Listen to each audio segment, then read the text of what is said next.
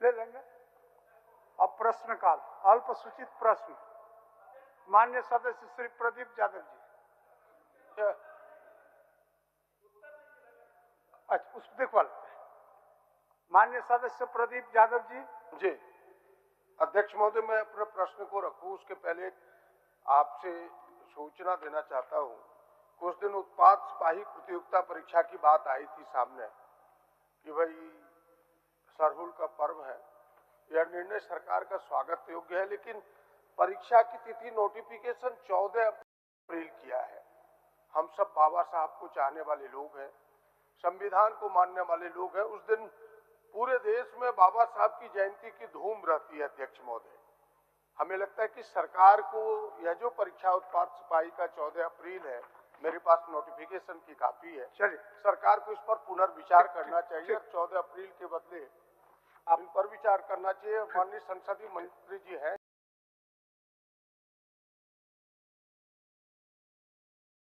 इस पर हमें लगता है कि गौर करें इसको। ठीक, चलिए पूछिए। जी मैं पूछता हूं।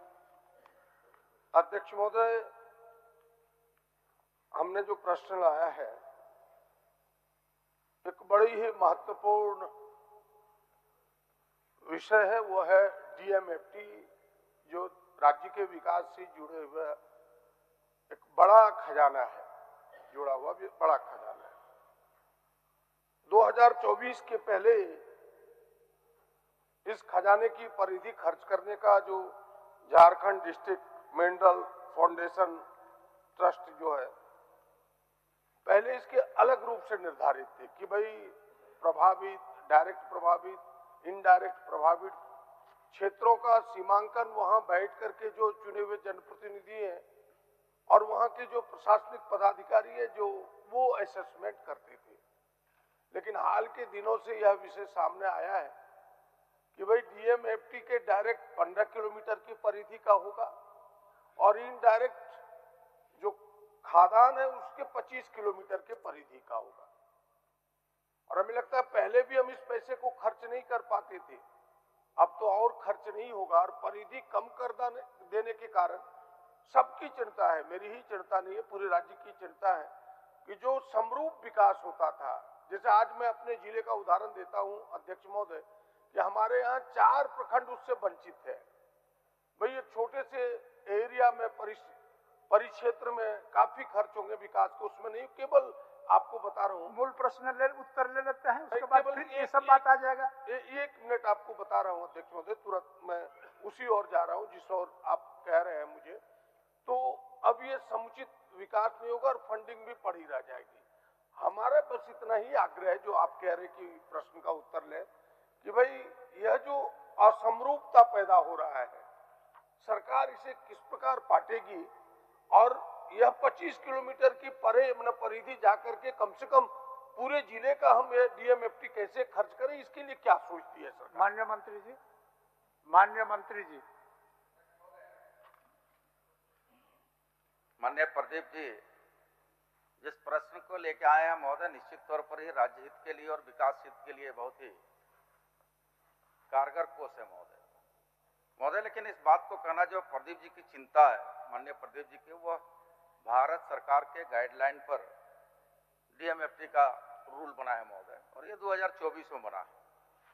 पूर्व में कुछ और गाइडलाइन थे, इस बात सही है महोदय, लेकिन अभी 2024 में भारत सरकार ने, हमारी राज्य सरकार, उस पर हमारे विभागीय पदाधिकारियों ने कई आपत्ति दर्ज किया महोदय, लेकिन उस आपत्ति को गौर नहीं किया गया। अपनी परफॉर्मा बना के, अपने एमयू बना करके उन्होंने भेजा और उसी आधार पर महोदय आपत्ति के बाद भी इस पर कोई सुधार नहीं हुआ। मैं मानता हूं महोदय कि जो डीएमएफटी की परिधि को डायरेक्ट एरिया 15 किलोमीटर, इनडायरेक्ट में अप्रत्यक्ष रूप में 25 किलोमीटर, बाकी जो शेष क्षेत्र है महोदय, निश्चित तौर पर पूरे राज्य का कई ऐसे क्षेत्र है जहां पर इसका प्रभाव सीधे रूप में पड़ेगा, विकास पर प्रभाव पड़ेगा महोदय। तो माननीय अध्यक्ष महोदय से मैं यही कहना चाहूंगा कि इस विषय पर तो हम बहुत ज्यादा नहीं कह सकते हैं, क्योंकि ये भारत सरकार की गाइडलाइन के तहत बना हुआ है, पूरे देश में बना हुआ है। लेकिन इनका माननीय प्रदीप जी का जो अंतिम खंड है कि समावेशी और संतुलित विकास के लिए कोई अन्य योजना शुरू करने पर या पाटने का सरकार विचार रखती है का, इस विषय पर हम कह सकते हैं महोदय, निश्चित तौर पर यह चिंता का विषय हमारा भी क्षेत्र है महोदय। माननीय सभी सदस्यों का क्षेत्र है कि डीएमएफटी से कई क्षेत्र बाहर है। इस विषय पर सरकार विचार करेगी कि महोदय जो वंचित क्षेत्र रह जाएंगे उसको कैसे हम डेवलप कर पाए। इस दिशा में हम लोग आगे कदम बढ़ाएंगे महोदय। अध्यक्ष महोदय, सरकार ने मेरी चिंता से सहमति जताई, यानी राज्य की जनता की चिंता से सहमति जताई है, लेकिन मैं सरकार से केवल इतना जानना चाहता हूं कि सरकार ये बताए कि आपने जो प्रतिरोध या आपने जो विरोध दर्ज किया है भारत सरकार के पास, देखिए उसमें कितनी तार्किक चीजें हैं कि भाई लो अयस्क हमारे सारडा के घने जंगलों में मिलता है, उस 15 किलोमीटर परिधि में हम किसका विकास करें? वहां तो जंगल ही जंगल है, हमारे पैसे खर्च हो तो कैसे हो? और कई जगह है अध्यक्ष महोदय कि 15 किलोमीटर की परिधि में 5 किलोमीटर की परिधि में तो उसके कोल खादा नहीं है। हम उससे जो प्रभावित लोग हैं हम तो उसके विकास का लाभ भी नहीं ले पाएंगे। तो यह जो तार्किक विषय है, इन विषयों को किस प्रकार से आपने रखा है, क्या आप सदन को बता पाएंगे या अभी ना बता पाए तो मेरे सुझावों को आप शामिल करें और एक तार्किक रूप से, अगर क्योंकि यह राज्य सबसे प्रभावित राज्यों में से एक है, अगर सरकार तार्किक तरीके से इसका विरोध दर्ज करे, क्योंकि माननीय मुख्यमंत्री जी ने भी इसका विरोध दर्ज किया था जब कुछ राज्यों की यहाँ मीटिंग हुई थी गृह मंत्री की अध्यक्षता में। आपको भी दे रहा है, आप बच्चे। हाँ, तो मेरा इतना ही आग्रह है कि सरकार असहमत नहीं है, इसमें कहीं दो राय नहीं है। जो हमने कहा वही बात माननीय मंत्री जी ने भी कहा है। तो मेरा यही है, दो खंड है, बस दो खंडों में, एक खंडों में भी उन्होंने सकारात्मक रुख ही दिखाया है कि भाई या तो फिर जिले में कोई अलग से फंडिंग करे ताकि इस समरूपता को पाट सके। कहीं एक आंख में काजल दूसरे आंख में कुछ और तो चलेगा नहीं, लोगों को लगेगा कि भाई वो तो जनता जान नहीं पाती है कि ये रूलिंग है। इसीलिए आपसे आग्रह कि एक तो उसको पाटने के उपाय और हम कैसे विरोध दर्ज करें ताकि डीएमएफटी जिस प्रकार से पूर्ववत चलता तो वैसे चले, ये हमें केवल बताए, बस इससे आगे तो कुछ इसमें। महोदय, सिर्फ जो है केंद्र सरकार का जो गाइडलाइन है उसमें कोयला को खनिज माना गया।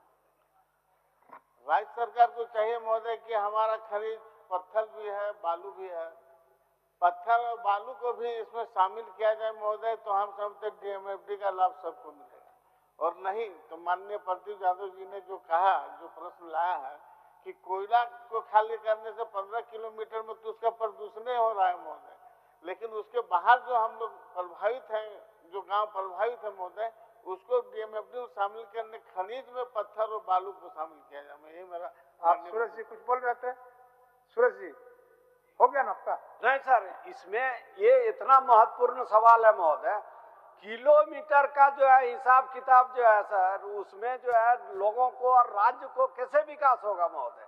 इसलिए इस सरकार जो है संज्ञान में लेकर के पूरे राज्य का विकास कैसे होगा उस पर बात करना चाहिए महोदय। अध्यक्ष महोदय, बिल्कुल माननीय, हमने पहले भी कहा कि माननीय अध्यक्ष महोदय की सभी सदस्यों की चिंता होगी, लेकिन एक बात बता देना चाहते हैं महोदय आपके माध्यम से कि चूंकि जो 2024 में जो रूल बना है उसमें अप्रत्यक्ष और प्रत्यक्ष रूप में, और ये नियम बना है महोदय कि जनप्रतिनिधि उसकी अनुशंसा करेंगे डीएमएफटी के बैठक में जिला में, लेकिन डायरेक्ट एरिया 15 किलोमीटर और इनडायरेक्ट 25 किलोमीटर महोदय। इस दिशा में भी हम लोग काम कर सकते हैं। और जो माननीय प्रदीप जी का जो अंतिम पूरक है महोदय कि आखिर इस गैपिंग को पाटने के लिए सरकार क्या प्रयास करेगी, तो हम तो यही कहेंगे महोदय कि हम लोग आपत्ति दर्ज करेंगे, केंद्र सरकार को फिर आपत्ति लिखेंगे, और हम यह भी कह सकते हैं महोदय विधानसभा से पारित करके भेज दिया जाए महोदय, हम लोग उसको केंद्र सरकार को भेजेंगे महोदय।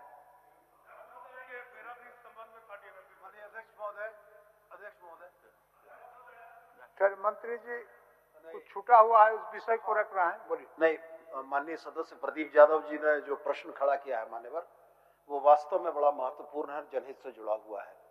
जिलों में डीएमएफटी से आच्छादित प्रखंडों की संख्या और अनाच्छादित प्रखंडों की संख्या में एकदम असमानता आ गई है। माननीय नेता प्रतिपक्ष भी यहाँ बैठे हुए हैं, मैं सदन की भावना के अनुरूप उनसे यह आग्रह करूंगा कि माननीय नेता प्रतिपक्ष विलंब से आए थोड़ा सा।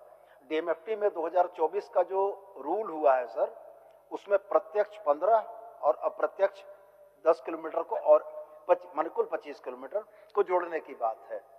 तो अब ये परेशानी आ रही है कि गिरिडीह में डीएमएफटी जो है सर, वो सिर्फ गिरिडीह सदर प्रखंड में खर्च हो सकता है, क्योंकि वहीं पर कोयले की खदानें हैं। तो मेरा यही आग्रह होगा कि नेता प्रतिपक्ष भी अगर सहमत हो तो ये सदन। धन्यवाद। अध्यक्ष महोदय, नेता प्रतिपक्ष क्योंकि इसमें कुछ यह सुझाव? विषय गंभीर है और अभी उधर से मंत्री जी बोल रहे थे, हमारे तरफ उन्होंने मुखातिब करके विषय को रखा। मुझे लगता है कि ये 15 और 10, 25 भी बहुत अधिक है। और मैं इसलिए इस बात को कह रहा हूं अध्यक्ष महोदय, अगर वास्तव में 10 किलोमीटर में कोई सिचुएशन की स्थिति पैदा हो गई हो तब तो सोचा जा सकता है, लेकिन अध्यक्ष महोदय वास्तविकता क्या है डीएमएफटी फंड का? पहले तो उसकी उद्देश्य तो हम सबको पता ही है कि भाई उन क्षेत्रों के लिए ये फंड क्रिएट की गई थी जहां तक प्रत्यक्ष रूप से प्रभावित लोग होते हैं, वहां पेयजल की समस्या होती है, स्वास्थ्य की समस्या है, सड़कों की समस्या है, पॉल्यूशन होता है, उस सारी चीजों को कैसे रोकथाम किया जाए। लेकिन वास्तव में आज आप देखेंगे अध्यक्ष महोदय कि उस काम में पैसा कम लगाए जाते हैं। वहां की क्षेत्र में आप जाएंगे, स्थिति बिल्कुल बद से बदतर है। ना अच्छी सड़कें मिलेगी, ना पीने के पानी लोगों को वहां उपलब्ध होता है, ना पर्यावरण को ठीक करने के लिए और क्या क्या वहां जरूरत है, वो सारी चीजें कुछ भी नहीं होता है। और उस पैसे को कहीं कोई डक बंगला बनाए जाते हैं, कहीं अन्यत्र कामों में लगाया जाता है। मैं एक उदाहरण बता रहा हूं कि एक दिन मैं लातेहार रात में हम रुके थे, सवेरे अफसर आए तो मुझे कहा कि सर हमारे यहाँ जिम बना हुआ है, आप थोड़ा चल करके देखिए। तो हम गए जिम में और जिम वास्तव में अच्छा बना है, उसमें कोई दिक्कत नहीं है। फिर वो अफसर चले गए तो एक कार्यकर्ता थे, उन्हें बोला कि बताए सर ये जिम किस पैसा से बना है, आपको पता है? हमने बोला कि ये तो मैंने नहीं पूछा। तो उन्होंने कहा कि ये जिम जो बना है, हमको लगता है प्रकाश राम जी को बढ़िया से पता होगी, डीएमएफटी फंड से बना है और उसमें भी सिर्फ अफसर वहां पर उस जिम का उपयोग करते हैं, कोई पब्लिक उपयोग नहीं करती। इसलिए मैं कहूंगा कि सीमा बढ़ाना तो बाद की बात है, पहले हमें इस बात की तहकीकात कर लेना चाहिए कि भाई इस पैसा का उपयोग उस क्षेत्र में ठीक प्रकार से हो रहा है कि नहीं हो रहा है। पिछले दिनों हमने तो बोकारो का अखबार में छापा, काफी लोगों ने लिख करके दिया था गड़बड़ी हो रही है। हमने राज्य के मुख्यमंत्री को भी लिखा था उस समय कि भैया इसमें से आप जांच कराइए।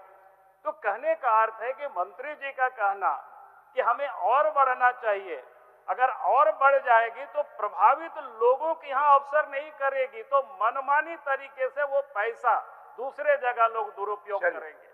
इसीलिए हम कहेंगे कि पहले उसको सिचुएशन की स्थिति की वहां के लोग संतुष्ट हो जाए। बल्कि हम तो कहेंगे कि अध्यक्ष महोदय आप विधानसभा की एक टीम बना दीजिए, वो जो प्रभावित इलाके हैं, काफी करोड़ों रुपया है, वहां वास्तव में उन जरूरतों की चीजों पर लगाई जा रहा है कि नहीं लगाई जा रही है। पैसा बहुत बड़ा अमाउंट है, कोई छोटा मोटा अमाउंट नहीं है। 17,000 से अधिक पैसा उसमें से इकट्ठा हुआ था। तो उसके पहले केवल कुछ बातें कह देना चाहता हूं, मंत्री जी अंतिम उत्तर देंगे ही। लगभग जो विषय सामने आया था, हम सबों ने कहा था कि एरिया की परिधि बढ़नी चाहिए, तो प्रतिपक्ष नेता माननीय बाबूलाल जी ने कहा कि नहीं केंद्रित होना चाहिए। केंद्रित के हम लोग खिलाफ नहीं है कि भाई केंद्रित हो, लेकिन हमें लगता है कि थोड़ा बाबूलाल जी उन पन्नों को पलट के देखे, उसमें कुछ एक चीजों में ही खर्च हो सकता है, उसके कुछ क्राइटेरिया है जिस कारण से वो चीजें चाह करके भी आप दूसरे चीजों में खर्च नहीं कर सकते। जहां अवहेलना हुई है उस पर जांच हो, उसमें मेरा कोई ऐतराज नहीं है, लेकिन मेरा आग्रह फिर से यही है कि यह परिधि बढ़नी चाहिए। वो तो प्रायोरिटी में ही 15 किलोमीटर। मान्य सदस्य, अब इस प्रश्न को छोड़िए, अब जवाब दिला देते नेता अब छोड़ दीजिए इसको। किलोमीटर में सारंदा आप फिर से क्या होगा, इसलिए आप इसको बढ़ाने की दिशा में सरकार को प्रयास करना चाहिए। मान्य सदस्य, अब मंत्री का उत्तर ले लेते हैं। अगर इस पर कुछ रामचंद्र जी कुछ विसंगति रह जाएगी तो फिर से आप लोग इसको क्वेश्चन के रूप में फिर से लाइएगा, फिर से चर्चा होगा, कोई बात नहीं। अब आज सूचना बाद में जवाब। अध्यक्ष महोदय, माननीय नेता प्रतिपक्ष का ने निश्चित तौर पर कई चिंताएं व्यक्त की गई महोदय। पहले मैं उनकी ओर आना चाहूंगा महोदय कि डीएमएफटी में गड़बड़ी हुआ, निश्चित तौर पर अगर गड़बड़ी कहीं पर हुआ है महोदय तो जांच चल रहा है, जांचोपरांत जो भी परिणाम आएगा उस आधार पर कार्रवाई होगी महोदय, और उसमें कोई भी दोषीवार नहीं बचेगा महोदय, चाहे बोकारो हो, चाहे गिरिडीह हो, चाहे रामगढ़ हो, कोई नहीं बचेगा महोदय। लेकिन यह पूरक प्रश्न यह है महोदय कि क्या गैपिंग क्षेत्रों में डीएमएफटी का इस्तेमाल हो सकता है कि नहीं हो सकता, इसके लिए नियमावली छंद करने की आवश्यकता है। माननीय प्रदीप जी का यही पूरक है महोदय। तो मैं इस विषय पर यही कहना चाहूंगा कि महोदय देखिए, सब विषयों को ध्यान में रख करके हम लोग आगे बढ़े थे, केंद्र सरकार को सुझाव दिए थे, लेकिन केंद्र सरकार का तर्क है महोदय कि स्थानीय लोग जो 10 किलोमीटर का परिधि पर है वो दूषित हवा वो खाते हैं, दूषित पानी वह पीते हैं, साउंड पोल्यूशन उनका होता है, इसलिए प्राथमिकता उनको दिया जाए, यही लॉजिकल कारण है महोदय। तो 10 किलोमीटर को डायरेक्ट इफेक्टेड रखा गया और 25 किलोमीटर के दायरे पर माने अप्रत्यक्ष रूप से उसको इफेक्टेड रखा गया। अब माननीय प्रदीप जी की जो चिंता है, हम तो बार बार कह रहे हैं महोदय कि इस विषय पर हम लोग सरकार स्तर से केंद्रीय मंत्रालय को चिट्ठी लिखेंगे, संशोधन और छंद कराने का पुनः एक प्रस्ताव हम लोग भेजेंगे, आग्रह करेंगे। और माननीय मथुरा बाबू का जो एक पूरक था महोदय, वो बीच में आए और कहे कि भाई लघु खनिजों का क्या होगा। तो माननीय अध्यक्ष महोदय, अभी जो हम लोग बालू का लीज कर रहे हैं, लघु खनिज में डीएमएफटी रूल 2024 के तहत उसमें वसूली की जा रही है महोदय, और ऑक्शन वाले लीज में रॉयल्टी का 10% महोदय, 10% कैटेगरी 2 में 10% और अन्य में 30% रॉयल्टी हम लोग बालू में भी निर्धारित किया है महोदय डीएमएफटी का।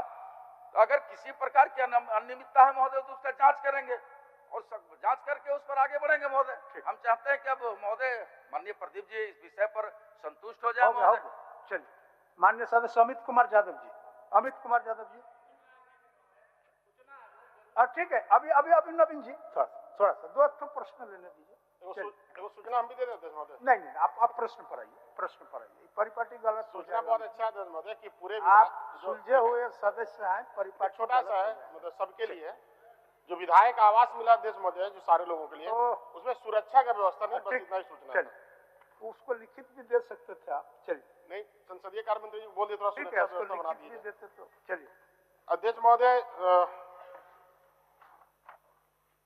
जो हमारा क्वेश्चन अध्यक्ष महोदय बहुत ही स्पष्ट है कि पिछले बार जेटेट का एग्जाम हुआ अध्यक्ष महोदय, जेटेट में एग्जाम में विद्यार्थी पास भी हुए जो परीक्षार्थी कला संकाय के थे अध्यक्ष महोदय, जिसमें मैथ रखते थे और उसके एक्स्ट्रा विषय में अध्यक्ष महोदय वो इतिहास हो, नागरिक शास्त्र हो, राजनीति शास्त्र हो, भूगोल हो, हिंदी हो, अंग्रेजी हो, कुछ भी विषय रख करके अध्यक्ष महोदय वो ग्रेजुएशन करते थे। और वैसे ग्रेजुएशन करने के बाद बीएड करने के बाद वो जीटेट का एग्जाम देते थे अध्यक्ष महोदय। जीटेट का एग्जाम देने के बाद वो शिक्षक नियुक्ति के लिए वो फॉर्म भी भरे, फॉर्म भरने के बाद अध्यक्ष महोदय एग्जाम में भी बैठे, लेकिन जब एग्जाम में बैठे तो उनको वहां से जेएसएससी द्वारा परीक्षा से उसको हटा दिया गया अध्यक्ष महोदय। उसको ये कह के हटा दिया गया कि जो आपने गणित से जो ग्रेजुएशन किया है उसमें जो आर्ट्स रखा था उसके कारण उसको हटा दिया गया था। वो तो अध्यक्ष महोदय पाठ चला गया, खत्म हो गया विषय, उसमें अब कुछ करने से कोई बहुत फायदा नहीं है। अभी सरकार के द्वारा नियमावली बनाया जा रहा है अध्यक्ष महोदय। हमारा एक आग्रह है कि जैसे अभी पढ़ाई तो सभी जगह वैसे हो रहा है कि गणित के साथ साथ कोई आर्ट्स भी रखता है, कोई हिंदी भी रखता है, कोई इंग्लिश भी रखता है, कोई भूगोल शास्त्र भी रखता है अध्यक्ष महोदय। तो हमारा सरकार से आग्रह है कि अभी जो नियमावली बन रहा है तो वैसे विद्यार्थियों को जीटेट में बैठने का और फिर एग्जाम में उत्तीर्ण करने का के लिए नियमावली बना रहे हैं और उसमें इसको शामिल कर। एक्चुअली सरकार कह भी रही है, सरकार का स्पष्ट जवाब भी है अध्यक्ष महोदय। जवाब इनका है कि स्नातक अथवा इनके समकक्ष का मतलब होता है कि वैसे लोग जो ग्रेजुएशन किए हैं आर्ट्स वगैरह लेकर के भी, उसका मतलब यही होता है। और प्रारंभिक शिक्षा साथ में द्वितीय डिप्लोमा चाहे जिस किसी भी नाम से जाना जाता हो। आप उत्तर ले लेते हैं माननीय मंत्री जी। माननीय अध्यक्ष महोदय, माननीय सदस्य ने जो शंका व्यक्त की वो स्वीकार भी इस बात का किया कि चूंकि ये विसंगति हुई थी, मूल रूप से उसकी भावना है कि आगे बनने वाली नियमावली में इसका संशोधन हो जाए। तो मैं सदन को आपके माध्यम से ये स्पष्ट करना चाहता हूं कि जो शिक्षकों के 3 तरह के पद सृजित किए गए थे उसमें विज्ञान एवं गणित था। तो जो बीए मैथ करके आए थे वो विज्ञान नहीं पढ़ा सकते थे। इसलिए विभाग ने कला संकाय से के साथ मैथ करने वालों को उसके लिए योग्य नहीं माना।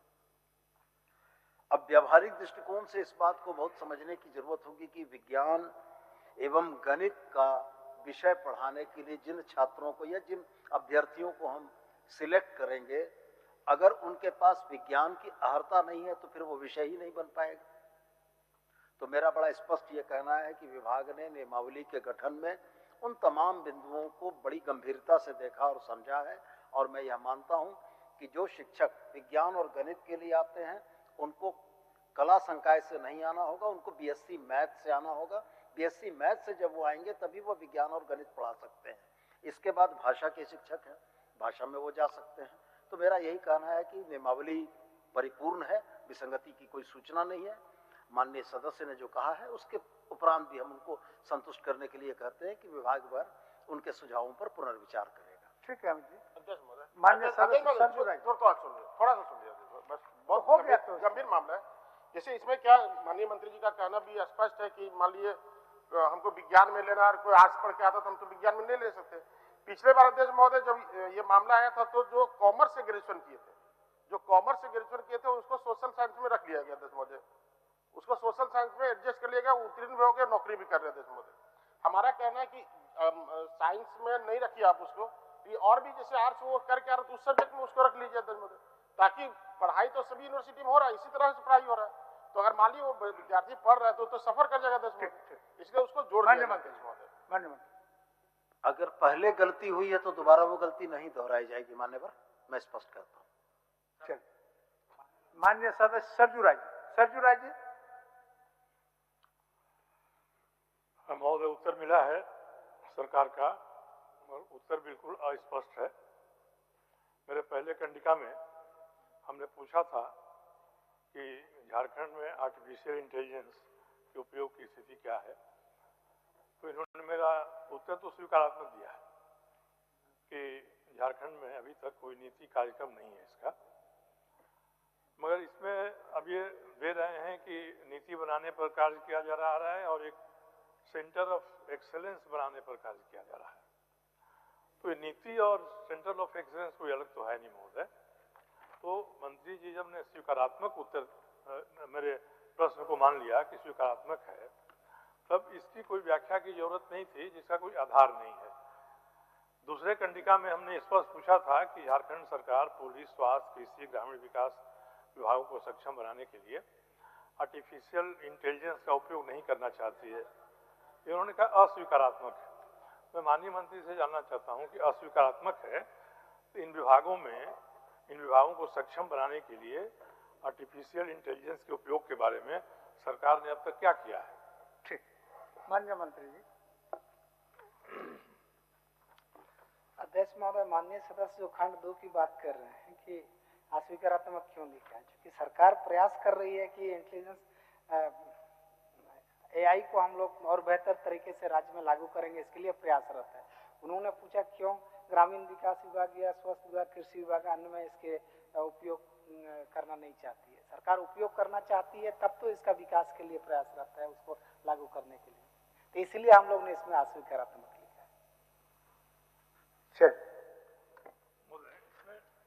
मैं मंत्री से ही जानना चाहूंगा कि नीति बन रही है, सेंटर ऑफ एक्सेलेंस बनाने की सरकार कोशिश कर रही है अभी, तो जो प्राथमिक काम होते हैं इसके लिए कोई टूल बनाना होता है, डेटा हम इकट्ठा करेंगे, किस तरह से सिंक्रोनाइजेशन करेंगे उसका, या कोई डोमेन हम बनाएंगे विभागवार, इसकी ओर सरकार ने कोई प्रयास किया है महोदय? माननीय मंत्री जी, आर्टिफिशियल इंटेलिजेंस में उसको एक्सेप्ट करने के लिए जो आपका तैयारी है उसके बारे में बता दीजिए। इसमें ऐसा है अध्यक्ष महोदय, अभी तो वर्तमान में स्टार्टअप पॉलिसी 2023 के तहत काम हो रहा है, जिसमें 101 आइडियाज है जिसको स्क्रीनिंग करके इस पर स्टार्टअप फंड क्रिएट करके उनको मदद करने का बैठक चलने वाली है। इसमें जो डायरेक्टर्स बोर्ड की बैठक अभी हुई नहीं है, उसकी तैयारी चल रही है। चीफ सेक्रेटरी की अध्यक्षता में बैठक होनी है अध्यक्ष महोदय। तो बहुत जल्द इस पर बैठक होने के बाद 101 जो आइडियाज है उसको स्क्रीनिंग करके कितने लोगों को कितना फंड सपोर्ट किया जा सकता है उस पर विचार होना है अध्यक्ष महोदय। हम विश्वास दिलाते हैं। ठीक है सरजू बाबू। पिछले से बेहतर तरीके से इसको हम लोग अनुपालन सरजू बाबू थोड़ा सा ये बहुत बड़ा बृहद विषय है, पूरा विश्व लेवल का विषय है, थोड़ा अध्ययन करने दीजिए, वक्त दीजिए। बृहद विषय है, उसमें सरकार ने कुछ किया नहीं है अभी तक, ये पता चल गया, और कुछ करना चाहती है उसके लिए कोई तैयारी भी नहीं है। तो बोले तो चीफ सेक्रेटरी की अध्यक्षता में कोई बैठक। अब वो दूसरा विषय मतलब उसके बारे में बता रहा हूँ। एक ABVIL करके लोक उपक्रम बना था, अटल बिहारी वाजपेयी क्या लाइव करके बना था एक, तो ये पब्लिक सेक्टर एंड राज का लोक उपक्रम है महोदय। अब इसमें एक स्टार्टअप पॉलिसी बनी थी 2016 में, उसके तहत 107 स्टार्टअप को चुना गया था, उसमें से 22 को 25% रुपया 25% एडवांस भी दिया गया कि आपका जो स्टार्टअप है वो बढ़िया है, आप इस पर काम करिए। अब उसमें क्या हुआ महोदय, ये मंत्री जी नहीं बताना चाह रहे हैं। और दूसरा कि जब 25% दिया, 75% नहीं देंगे तो स्टार्टअप करने वाला करेगा क्या? तो ये सरकार की इस तरह की स्थिति रही है पहले। अब 2023 आया है महोदय, ये सरकार ने लाया है स्टार्टअप नीति, इसमें आर्टिफिशियल इंटेलिजेंस का कहीं कोई जिक्र नहीं है, इसलिए उसे जोड़ना नहीं चाहिए। अब इसमें इसका ऑब्जेक्टिव है, क्लियर ऑब्जेक्टिव है और प्रायोरिटी भी दिया इन्होंने। पहला ही ऑब्जेक्टिव है कि 1 लाख स्क्वायर फीट एरिया का डेडिकेटेड इंक्यूबेशन स्पेस इनको बनाना है। ये मुझे नहीं लगता कि ये हुआ है। और जो चुने गए हैं, मंत्री जी बता रहे हैं कि कुछ लोगों को चुना है उन्होंने, अभी तक उसके लिए कमेटी नहीं बनी है। अब ये PSU महोदय काम नहीं कर रहा है, CEO कौन रहे कभी पता ही नहीं चल रहा है इसका, और इसका कोई ऑफिस भी नहीं है। कहा जा रहा है कि एक ऑफिस बनाने की बात हो रही है। तो 2016 से अब तक जो हुआ, और उसके बाद से माननीय मंत्री जी को बताना चाहिए कि अगर गंभीरता इतनी है इसके बारे में, तो सरकार ने कुछ भी किया इसके बारे में। चलिए, जो अपनी पॉलिसी है माननीय मंत्री जी उसके बारे में भी बताएं कि अपनी पॉलिसी लागू किया है कि नहीं लागू किया है। हमने तो स्पष्ट किया अध्यक्ष महोदय, ये नया है, इसको हम लोग और बेहतर तरीके से करेंगे। प्रयास तो सरकार कर रही है अध्यक्ष, इसलिए तो 101 आइडिया को स्क्रीनिंग करके उसमें किसको मदद करना है, किस तरीके से सरकार इसके लिए प्रयास कर रहा है। और ये तो बोर्ड ऑफ डायरेक्टर्स की कमेटी बनी है, चीफ सेक्रेटरी है, secretary department of IT and E-गवर्नेंस है, सेक्रेटरी डिपार्टमेंट ऑफ इंडस्ट्री है, director department of IT and E-गवर्नेंस है, CEO chief executive officer ABVIL। तो जब बैठक होगी उसके बाद ये आइडिया पर चर्चाएं होगी, तब फिर उसको मदद करने की 25% या उससे अधिक होगा, किस तरीके से उसको मदद किया जाएगा ये होगा। और 2019 का मामला अध्यक्ष महोदय, तत्कालीन सरकार की बात थी, उन्होंने 25% मदद किया था जरूर 22 आदमी को, लेकिन उसके बाद उसका अनुपालन किस तरीके से हुआ ये स्पष्ट नहीं है अध्यक्ष महोदय, अब इस पर हम कर नहीं सकते। लेकिन 2023 का जो पॉलिसी है उसको हम लोग कड़ाई से लागू करेंगे। सरकार का यह दूरदर्शी और महत्वाकांक्षी योजना है, इस पर कहीं कोई कोताही नहीं बरती जाएगी। ठीक है सर जी बाबू, केवल एक बात अपनी कहकर या मंत्री से जिज्ञासा करके इसको समाप्त करूंगा। एक तो मंत्री जी को मानना चाहिए कि स्टार्टअप पॉलिसी में और AI में कोई संबंध नहीं है, ये सरकार भी कर रही है। अब इन्होंने अपने स्टार्टअप पॉलिसी में जो कहा है 2023 के बाद से अब तक, उसमें से एक भी क्यों नहीं किया है? अगर इतने मुख्य सचिव से लेके सारे बड़े बड़े विभागों के सचिव इसमें हैं, तो वो कर क्या रहे हैं आखिर इसके बारे में? एक बैठक नहीं किया, कोई कार्रवाई नहीं की, स्टार्टअप वालों को मदद नहीं किया, जबकि दुनिया भर के मेधावी बच्चे यहाँ हैं जो स्टार्टअप्स में आना चाहते हैं, नया आइडिया, माननीय मंत्री जी, उनको कोई मदद नहीं हो रही है। उसकी कोई समीक्षा नहीं है कि क्या हुआ, पहले 25% दिया। अध्यक्ष महोदय, अभी डिजिटल पंचायत बनाने का भी हम लोग प्रयास कर रहे हैं, डिजिटलाइज करने का, सारे सिस्टम को अपडेट विभागों में करने की बात है, इसलिए AI की महत्ता को हम लोग समझते हैं अध्यक्ष महोदय। लेकिन ये जो कमेटी बनी है डायरेक्टर्स की, उनकी एक बैठक होने दीजिए। सबसे पहले जिस बातों को उन्होंने पूछा है सदन में कि स्टार्टअप के लिए किन किन लोगों को मदद करना है, उसको जो प्रतिभावान बच्चे हैं जो इस राज्य के लिए बेहतर कर सकते हैं, उनको हम लोग प्रोत्साहन करें। तो इंतजार करें अध्यक्ष महोदय, 2-3 माह के अंदर में इस पे हम लोग। ठीक है सर। मान्य सदस्य तारांकित प्रश्न प्रकाश राम जी।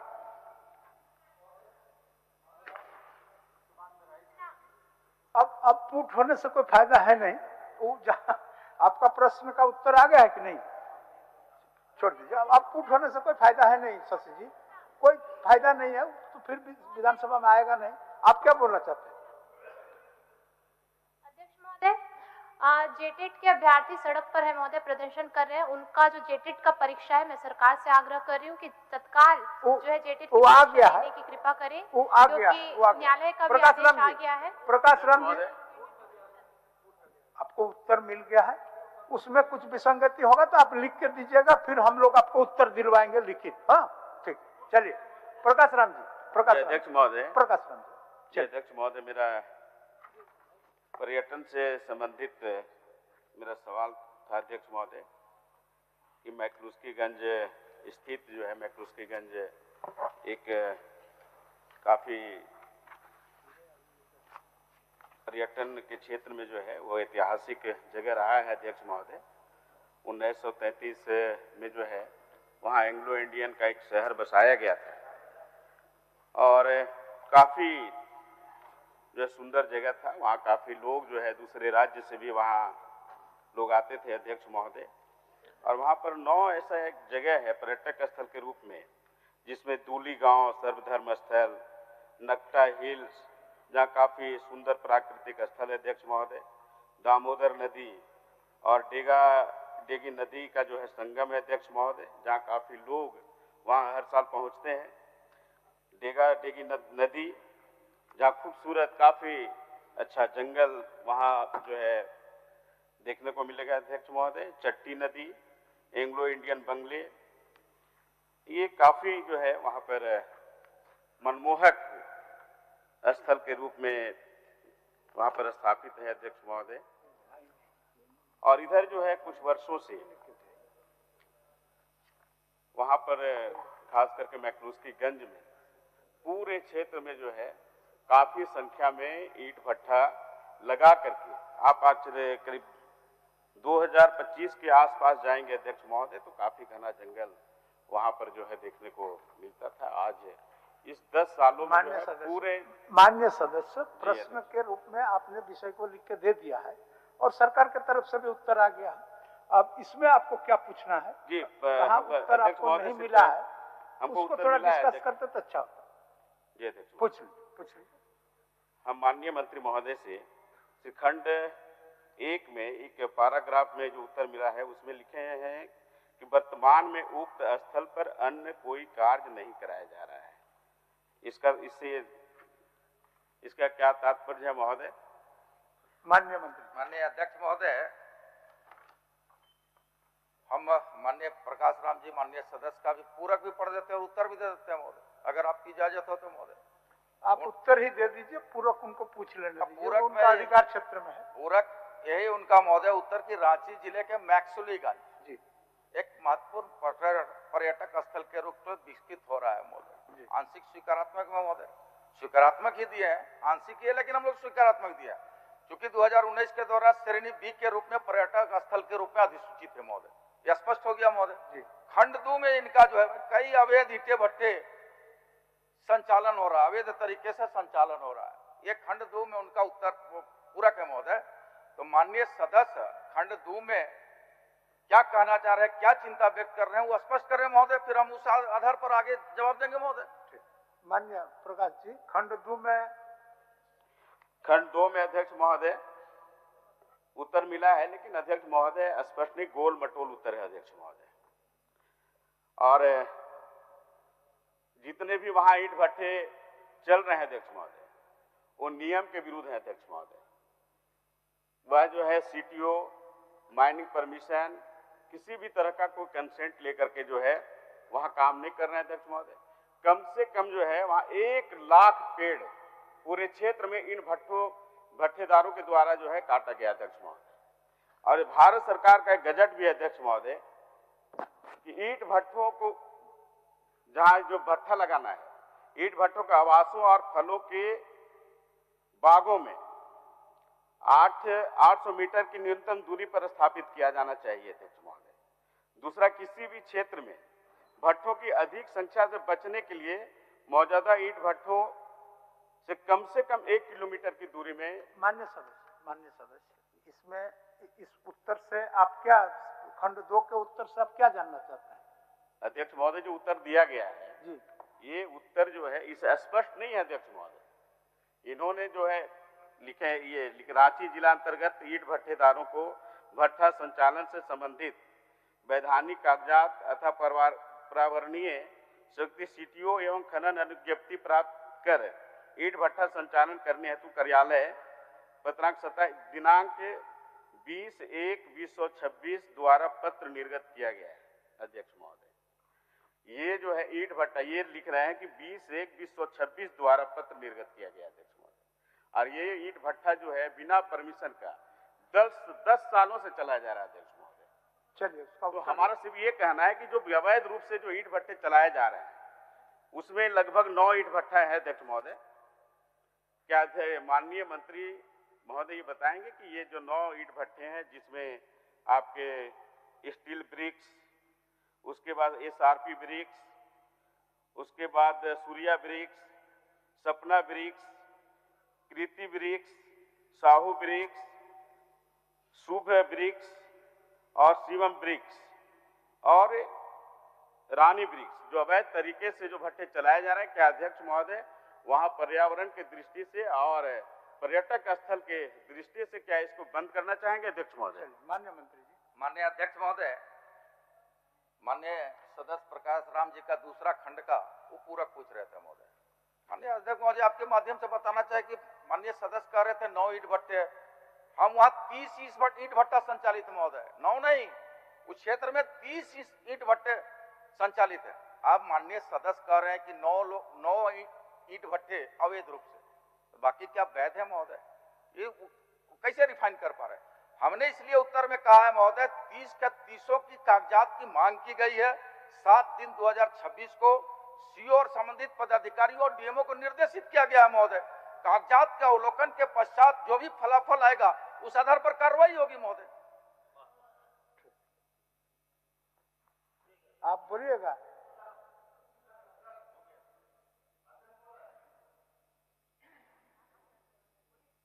माननीय अध्यक्ष महोदय, माननीय मंत्री जी कह रहे हैं कि 9 नहीं 30 चल रहे हैं, क्या गौरव के साथ बोल रहे हैं? इसमें गौरव की बात है कि जहां पर्यटक स्थल की बात हो रही है, मैक्लुस्की की बात हो रही है अध्यक्ष महोदय, वो विकसित हो रहा है। एक तरफ कह रहे हैं कि पर्यटन को उद्योग का दर्जा देंगे, पर्यटन को बढ़ावा देंगे, दूसरी तरफ वहां पर 30 चल रहा है। अब इनसे गलती हुई, क्या हुई? 9 का ही इन्होंने जिक्र किया, सरकार खुद कह रही है कि 30 चल रहे हैं और